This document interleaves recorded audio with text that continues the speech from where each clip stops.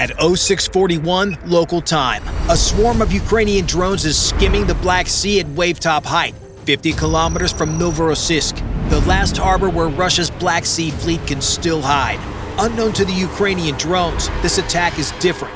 Today, the port fields a weapon no drone here has ever faced before, and whether this attack succeeds comes down to a decision made on a factory floor in Ukraine months ago. 19 minutes out, the lead drone's satellite receiver updates, and the new position is a lie. The screen says the drone is parked on the apron at Galenzik Airport, 30 kilometers down the coast. It is not. 50 meters over gray water, doing 160, and it doesn't twitch a single degree off heading. This is the most heavily spoofed patch of water on Earth. A jamming complex on the headland broadcasting a forged satellite signal strong enough to bury the real one, handing every inbound drone a position that simply isn't true. It's like if somebody just swapped every road sign in the country overnight, follow the signs, end up in a ditch. But the FP-1, Firepoint's drone, the workhorse of the Ukraine's deep strike fleet, was built by people who assumed the signs would be swapped. It flies on inertial navigation, INS. The drone adds up every turn and every second of flight on its own. No satellite required. And it's hardened against jamming on top of that. The drone is counting its own steps in the dark, and an INS wanders a little with every kilometer it flies, sure. Like crossing your living room with the lights off. You veer an inch or two, but you're not going to miss the couch. Against a pier the length of a city block, drift is a rounding error. Go ahead and swap every sign on the coast. It was never reading them. On the coastline ahead, a Russian air defense operator with the 1537th Anti-Aircraft Rocket Regiment sweeps his search radar across 50 kilometers of open sea. Empty. He leans into the scope anyway. Still empty. 3 years into a drone war, nobody on this coast believes an empty scope anymore. They just can't do anything about one. Up and down the coast, other operators are staring at other empty screens. All of them are landing on the same ugly thought. Something is coming, and the radar can't say from where. If you look here at one of those drones, that blank screen starts making sense. Barely 2.5 meters of plywood and radar-absorbent skin, $55,000 a copy, billed at better than $100 a day. Each one is worth less than a new pickup truck.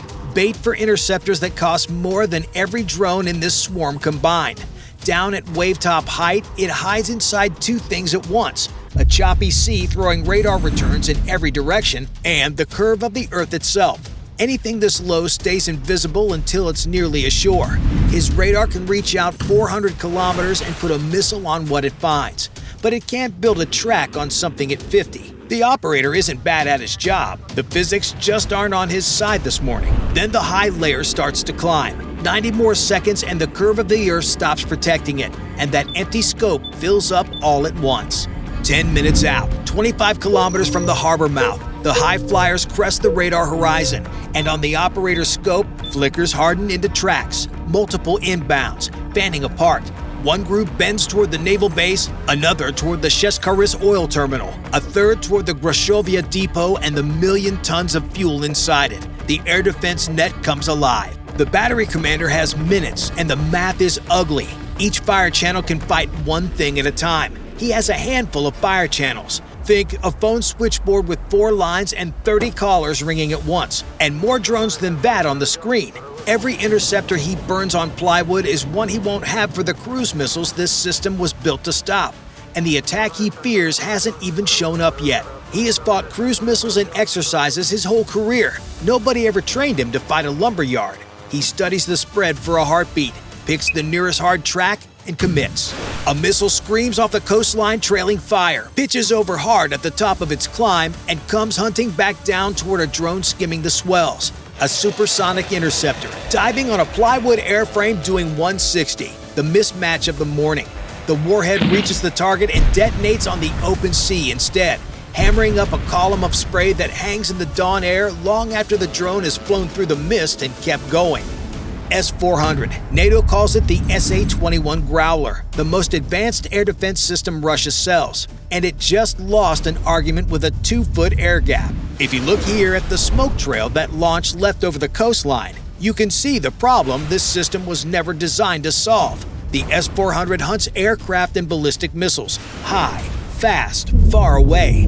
Its proximity fuse listens for something the size of a jet fighter, so against a drone hugging the sea, it couldn't separate the airframe from the water beneath it. It triggered on the sea. Think home security system, top of the line, cameras everywhere, motion sensors on every door. Except the intruder is a mouse running along the baseboard, and the sensors are calibrated for a 6-foot man.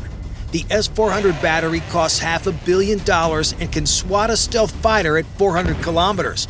Los Angeles to Las Vegas. It can acquire a plywood airframe at 30, and the man watching the monitors knows it. At his console, the picture is maddening. The low contacts flicker in and out of the sea clutter, never holding still long enough to shoot. The high ones come through clean, bright, almost insulting, and every one of them is the cheap half of the swarm. He's winning every engagement he can actually take, and the count on his screen keeps climbing anyway. That's the whole trick.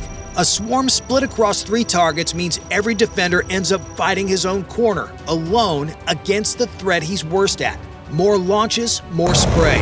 For every drone the battery chases low, 2 more cross the horizon high, and the interceptors leaving the rails cost more than the apartment blocks behind them. Their tax dollars at work. Miles to the east, the first smoke is already climbing. The drones that peeled off toward the oil terminals are arriving over the Sheshkaris. 2 of the eastern tracks wink out as they reach the fuel farms. Nothing he can do about either one. Sheshkaris is the tank farm that loads Russia's export tankers. The smoke rising over it is money the Kremlin actually counts. That smoke is doing something else, too.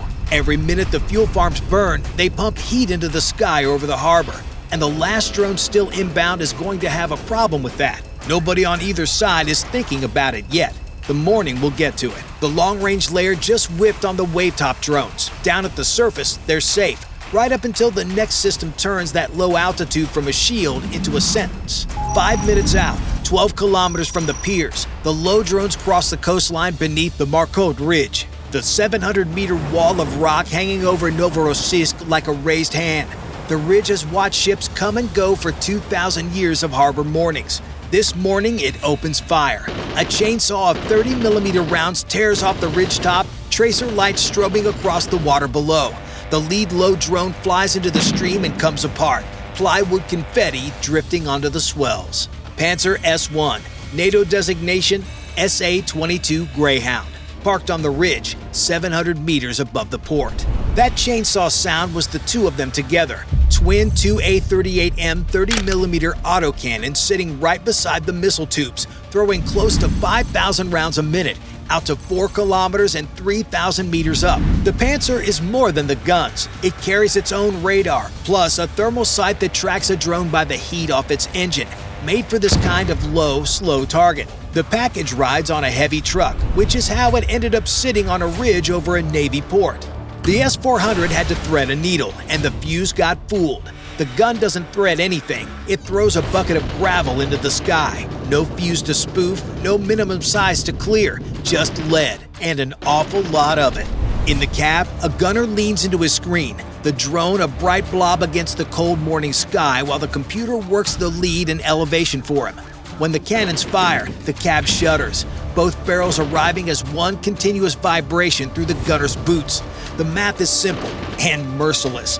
A drone at 160 kilometers an hour spends about 90 seconds inside the gun's reach, and the gun needs maybe 2 of them. The blue beams and searchlights sweeping the approach make his job even easier, washing out the low drone's cameras and painting them bright against the gloom.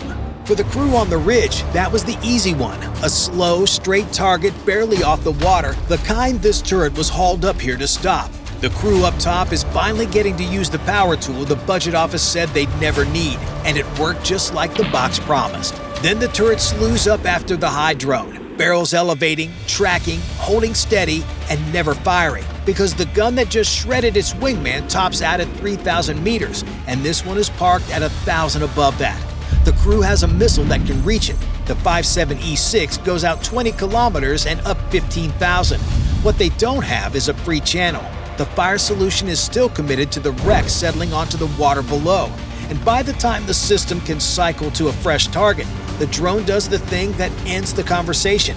It noses over and drops below the ridgeline, into a bowl of harbor the launcher can't fire into without putting shells through the city stacked behind it.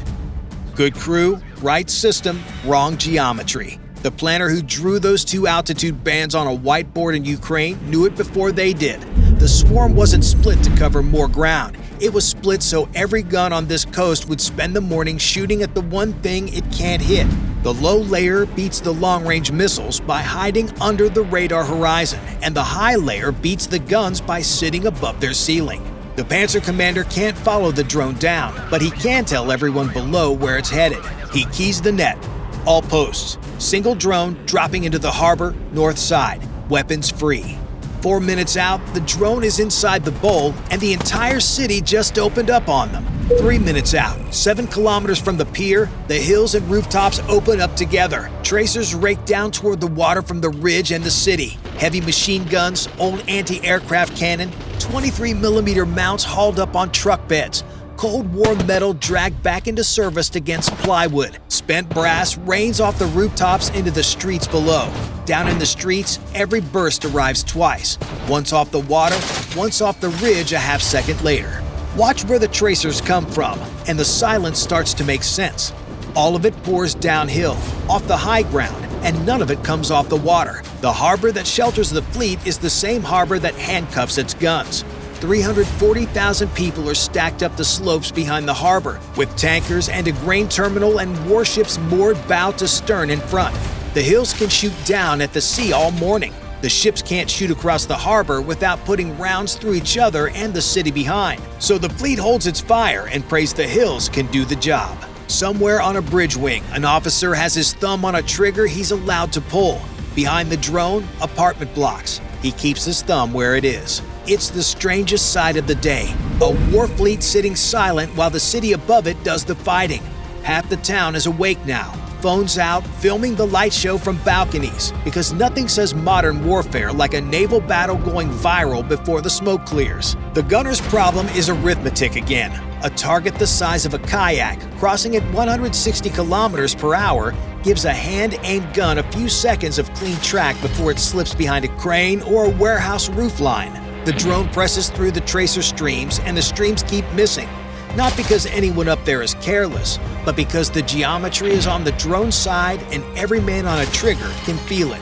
2 minutes out, then something unexpected happens. Blue laser beams slice up off the water and sweep onto the drone. Vivid, rippling, bright enough to throw reflections across the whole harbor, pinning it in light. And the drone doesn't so much as waver. It bores straight down the beam like the light isn't even there. What just swept across that drone and got nothing for it is Russia's newest anti-drone weapon. If you look here at the array on the shoreline, a bank of emitters sweeping the approach like a lighthouse gone wrong. It isn't trying to burn the aircraft down. It's trying to blind it. Blue laser dazzlers, turned to 445 nanometers, built from cheap commercial diodes, aimed at the camera most attack drones carry. An ordinary silicon sensor is wildly sensitive to blue light in that band. Pour enough into the lens and the picture washes out to white, a camera flash going off an inch from your eye. Blind the camera, blind the man, and the drone wanders off and tumbles into the sea. What the crew manning those emitters doesn't know yet is that they're aiming at an eye this drone doesn't have. In the gray dawn, the beams look almost beautiful, like blue rope swung back and forth across a fogged-in bay. From a distance, a port throwing up a furious, sophisticated defense. Up close, against this one drone, pure theater. Because this drone isn't looking at the world in color. Its seeker reads heat, infrared, a different band entirely, read by a different kind of eye altogether. You can't blind a heat sensor with colored light any more than you can deafen a man with a flashlight. Wrong spectrum, wrong eye. Now add the morning fog scattering the beams across the water, and odds are this drone is flying to a fixed coordinate anyway, with no camera feed to blind it in the first place. Russia's newest weapon is performing for an audience that can't see it. That factory floor decision from months ago, a heat-seeking eye instead of a camera, just paid for itself. All of it beaten by a thermal sensor that added maybe a few $100s to the drone's price tag. One quiet choice, made before anyone knew which harbor this drone would fly into, and an entire shoreline of laser emitters is sweeping the sky for nothing. But that eye now has a problem nobody planned for. The fires at Cheskharis are now pouring hot smoke across the harbor. false suns blooming in the only light this drone trusts. Each layer the swarm beat today made the sky brighter, hotter, messier. One layer is left between the drone and its target, a ship older than every man defending her, and the drone has to find her through the smoke its own side made. If the seeker chases one of them, the warhead lands in the water 100 meters short, and the morning was for nothing. 1 minute out, 2,500 meters, the drone tips into its terminal dive. Prop note rising, tracers still climbing past, the seeker drinking in a harbor that glows. Smoke plumes burn white at the edges of the frame, and the water reads cold and black. A burning fuel farm is hot everywhere. A warship is hot in a shape. The seeker isn't hunting the brightest thing in the harbor. It's hunting warmth in the outline of a ship. And dead ahead, pinned between fire and water, a warm gray shape rides at her moorings right where the plan said she would be. The frigate Pytlivy. Machinery hot, superstructure bright. Unmistakable against the dark sea, false suns or not.